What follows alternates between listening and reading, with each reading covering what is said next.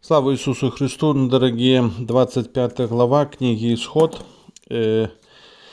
Конечно, снова, простите за такой повтор, прошу прочитать эту главу в начале, слушая наши вот эти размышления. Сегодня 25 глава, я так сразу так читаю ее, тоже думаю, может кто-то будет подумать, боже, что здесь написано? Такой урок труда, как в школе.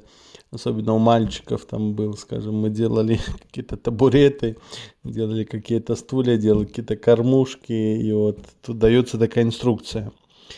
Первое, конечно, мне этот образ, я говорил проповедь, но прошу прощения, я ее не выкладывал в интернет на 25 марта, на звездование, потому что, ведя реколлекции в Гродно теперь, там еще будет момент, когда мы будем говорить о Богородице. И вот эта арка, которая строит ковчег заповета, вот, которая сегодня Господь дает конкретную инструкцию, как ее делать, то это, конечно, особый образ Богородицы.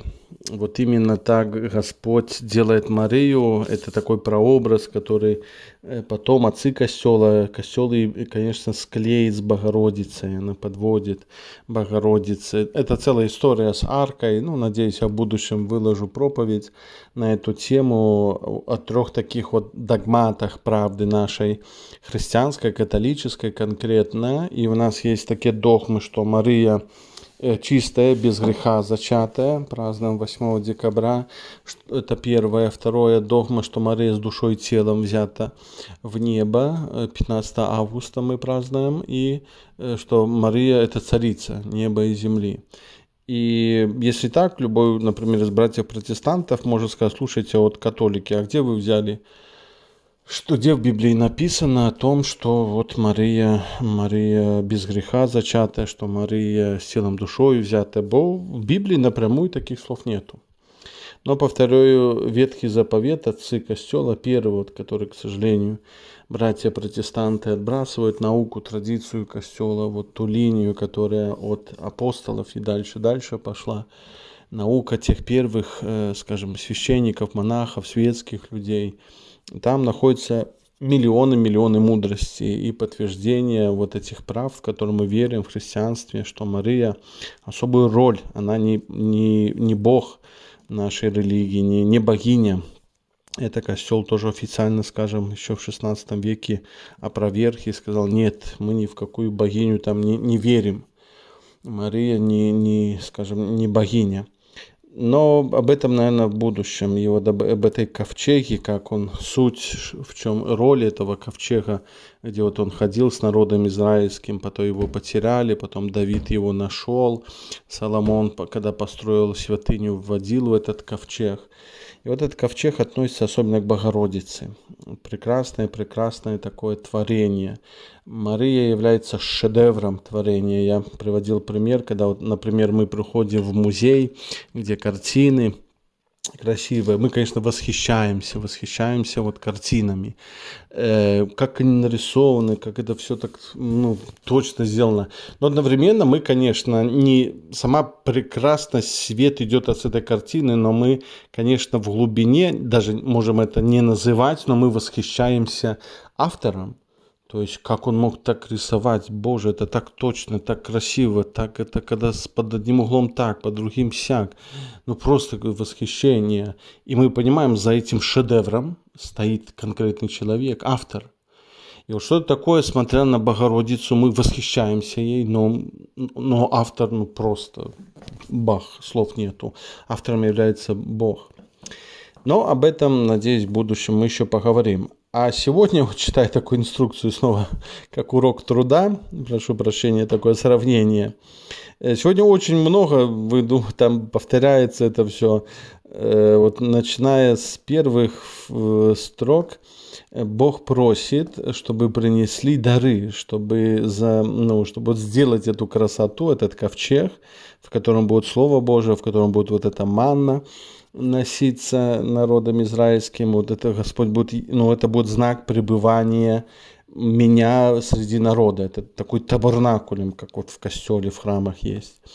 Заметьте, там вот 3, 4, 5, 6, 7 стих, там описывается, что должны принести. Понятно, не буду я здесь перечитывать, там и золото, и серебро, и медь, и шерсть, там и олей, и ароматы, и камушки. Ну, все лучше, лучше, лучше, лучше, чтобы вот это сделать ковчег, вот эту арку Пшемежа. И вот, знаете, вот это такой, знаете, сегодня салон красоты. Рисуется такой образ Богородицы, Марии. И здесь Господь говорит, несите много-много-много украшений, чтобы вот сделать вот этот шедевр, вот эту красоту. И знаете, вот когда народ израильский делает вот эту арку, вот этот ковчег, заметьте, как много Господь распитывает вот инструкции тютелька в тютельку, сколько сантиметров, сколько ширина, сколько высота, как должны быть ангелы, где стоят, лицом куда смотреть, потом это, такие какие-то мелочи. Работа такая маленькая, дотошная, в каком-то таком красивом салоне красоты, мастерской.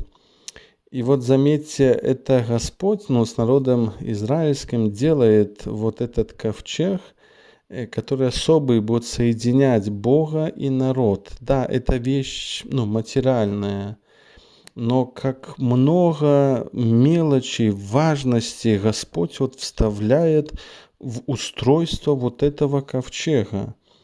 И 2 стих, там вот начинается, это 25 глава, 2 стих, «Принесите от человека, у которого будет усердие». Усердие будет. То есть он такой активашка, этот человек. Это меня навело на такую мысль, что, знаете, строить отношения с Богом, будет какой-то посредник, Богородица это в первую очередь будет, через розарий мы, там, через Евхаристию, конечно, через молитвы, костел является таким посредником, священники. Много-много здесь мелочей, слушать, поститься, молиться, Слово Божие читать. Вот в твою работу с Богом, заметь, как Бог здесь много просит, приносить, жертвовать мелочей, больших, маленьких, золотых, серебряных, медных камушков. На чем основана твоя вот работа с Богом? Может, это так тяп-ляп и все? Утром помолился «Отче наш, Маria, хвала Отцу», и все. И на этом все. Здесь заметьте, как это много мелочей, они важные, много красоты, она важная, много украшений, они важные. Все в мире Господом пользуются, чтобы тебя к Нему и привлечь. И хорошим, и плохим. Это может быть работа, это сегодня могут люди, которых ты встретил. Может быть, еще кто-то, с кем ты, скажем, ведешь вот такое отношение. Это может быть сложности какие-то, может, твои грехи. Тут все входит вот в этот ковчег твой. А ковчег – это особое твое пребывание, место с Богом. Это твое сердце, твоя душа, твое тело. На чем вот твое основа? Цели там, чем быстрее сделал и пошел. Остается просто какая-то такая формальная религия. А это вот 25 глава говорит, как важно, очень много-много, чтобы построить особое место пребывания, встречи с Богом.